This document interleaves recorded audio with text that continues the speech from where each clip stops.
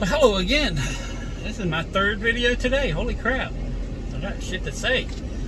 So, I was looking at a story, and it's from Great Britain.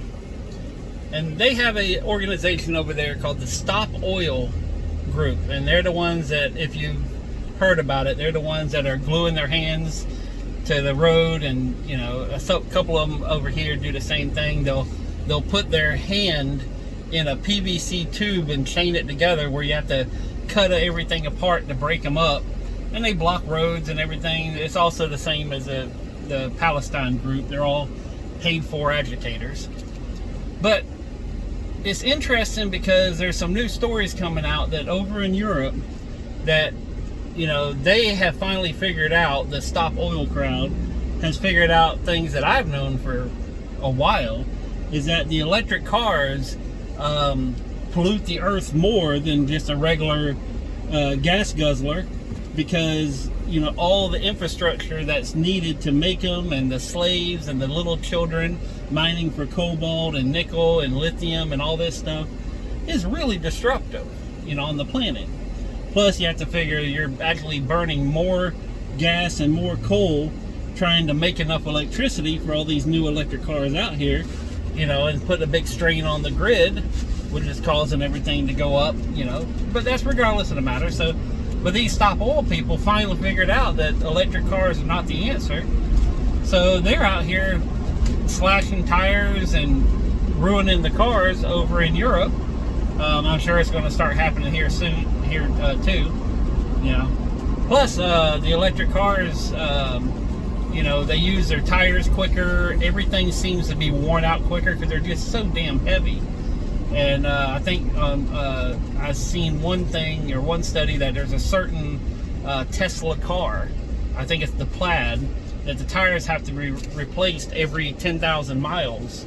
You know, and I'm sitting here getting 80 to 100,000 miles out of, you know, the trucks that I'm driving. In fact, my van has some that I've gotten well over 100,000 miles out of the tires on that van, because it's the original tires. And, you know, so that's the white van that I just bought. It's still the same rims and tires that I put on it 6-7 years ago, whenever I first remodeled it. So, but it's kind of like at a point here, besides the fact that the whole electric car thing, which, you know, electric cars is one of the biggest scams, well, the second biggest scam behind the light bulb. And if you'll indulge me, I'm going to tell you a little story. So, a long time ago, Westinghouse and Philips and I think GE and all these big people were making light bulbs, and we're talking turn of the century stuff. And this is a real thing. You can look it up. It's called the light bulb conspiracy, or the forced destruction, or forced something, where all these people were making these light bulbs, and they were actually so good that they were lasting too long. So they all got together and say, hey guys, we need to come up with something, because we're selling one light bulb and no one's buying any more, you know. So they actually made it to where the light bulbs would prematurely wear out, so they would sell more light bulbs. And it happens. Apple, I think, got sued for doing it. A lot of tool manufacturers purposely make tools to where they break down quicker, so you can go out and buy more tools, you know. So, but all that being said, these people that were making light bulbs say, hey, we're gonna, you know, it's kind of like the first ever conspiracy, is that they went and made their light bulbs purposely fail so they could sell more light bulbs. But that's actually not the biggest conspiracy with light bulbs, or electric in general. Is the fact that, President Obama, when he was in, do you remember the whole, we can't have normal light bulbs anymore, we have to have the CFLs, the compact fluorescent light bulb. And I knew way in the early beginning, because you know, anytime they say you have to do this, I'm like, let's stop and look at this. Why do we have to do this? Because I don't like to be told I have to do a damn thing.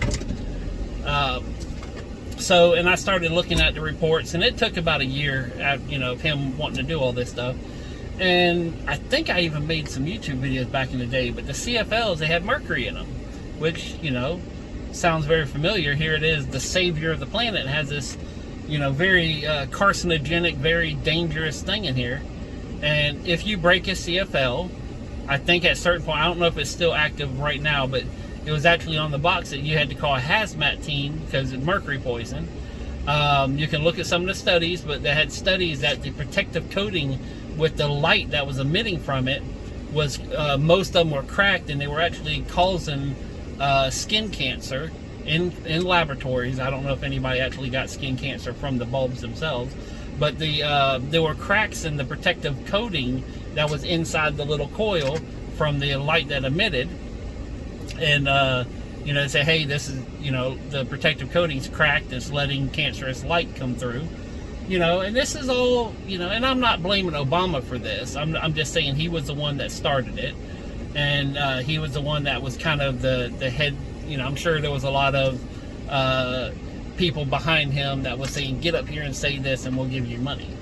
He was not the inventor of it, that I believe. So I'm not blaming him. It's just something that happened during his reign.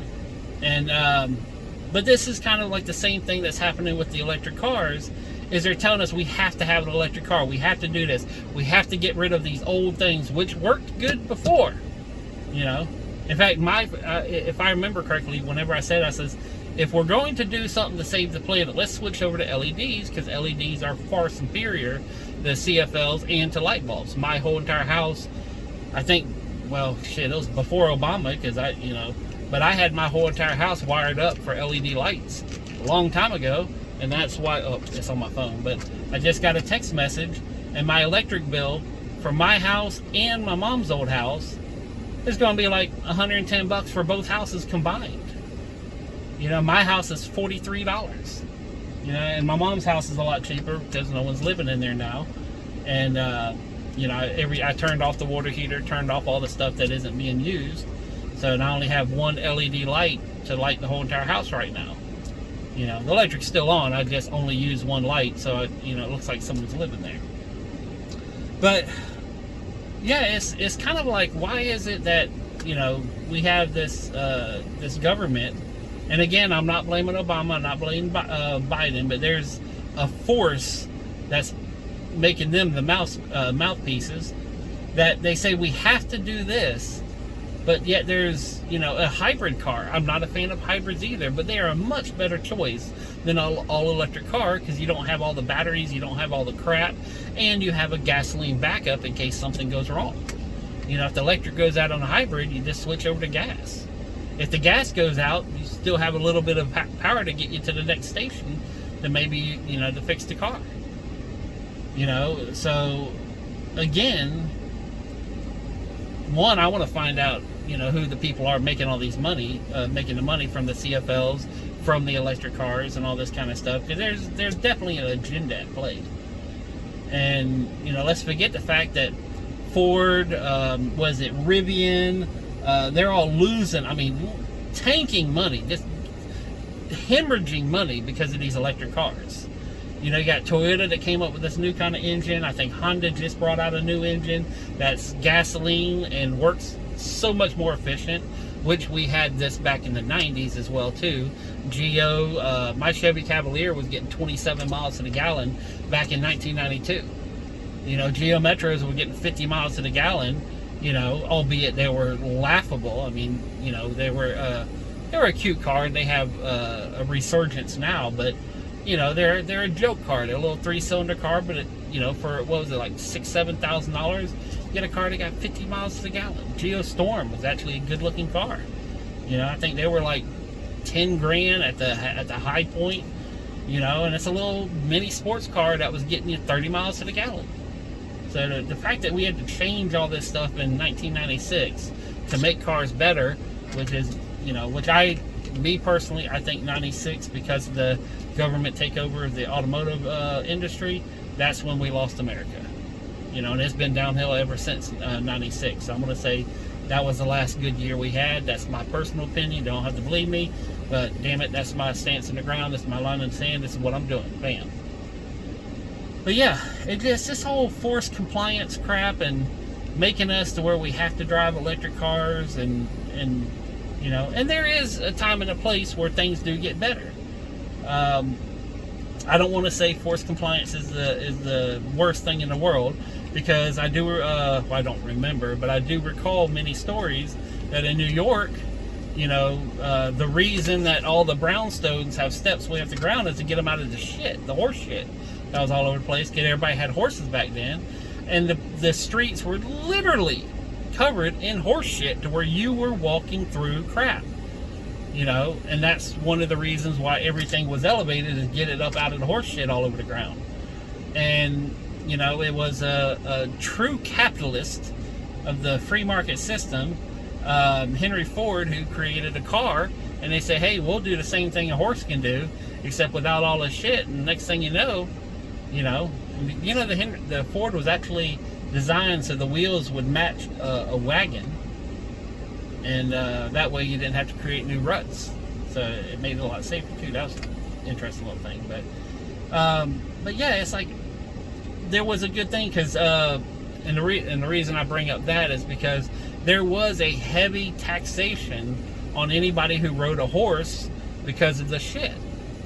You know, New York taxed the crap out of anybody that owned a horse, just like what they're doing now. They're trying to do a forced compliance, you know, for the greater good, which again is questionable what the greater good is when you're talking electric vehicles.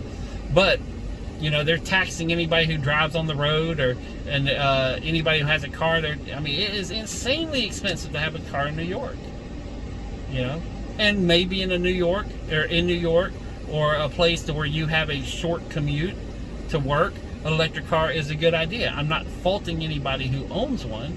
If it fits your lifestyle, that's fine. But you can't sit here and say everybody has to have one when Joe Schmo up in Georgia or in the middle of Wisconsin or North Dakota, where it's 2 hours to get to your local Walmart, you know, electric cars don't work for them. So again, Mr. Government, get the F off my back, you know, and quit with this whole, you gotta have this. Let us make the decisions.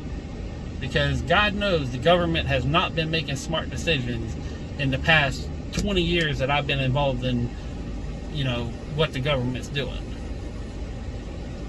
So, yeah. 3 videos, one day. I hope everybody watches them. And say something below. If you agree, disagree, if you think I'm completely batshit crazy, tell me something, but just comment below and tell me what your thoughts are on this whole forced compliance, this green takeover, you know. And I think it's funny that the people who are like, we got to get rid of all the SUVs, they're now saying, we got to get rid of the electric cars. You know, they're literally slashing tires and destroying electric vehicles over in Europe. I'm sure they're doing it here. I just haven't seen stories on it yet. But this is, to me, it's funny, you know. Again, this is why I drive junk cars, because if someone tears it up, I don't give a fuck. I just go buy another junk car. I'm not going to stop doing what I'm doing. So, anyways, peace, love, money. I'm out.